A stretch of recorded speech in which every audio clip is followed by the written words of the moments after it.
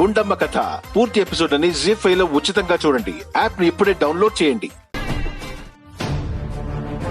ఏంటండి ఇది? వంకాయ కూరండి. వంకాయ? వాడికి చిన్నప్పటి నుంచి వంకాయ కూర అంటే నచ్చదు. ఎవరు చేయమన్నారు నిన్ను? ఆ అబ్బాయికి నచ్చదని తెలియక ఈ వంకాయ కూర మాత్రం శాంతి చేసింది. ఓ, శాంతి చేసిందా? శాంతి, ఆ వంకాయ ఇటు తీసుకొస్తావా? వంకాయ మీరు తినరు కదా? నువ్వు వండిందే కదా, తీసుకురా.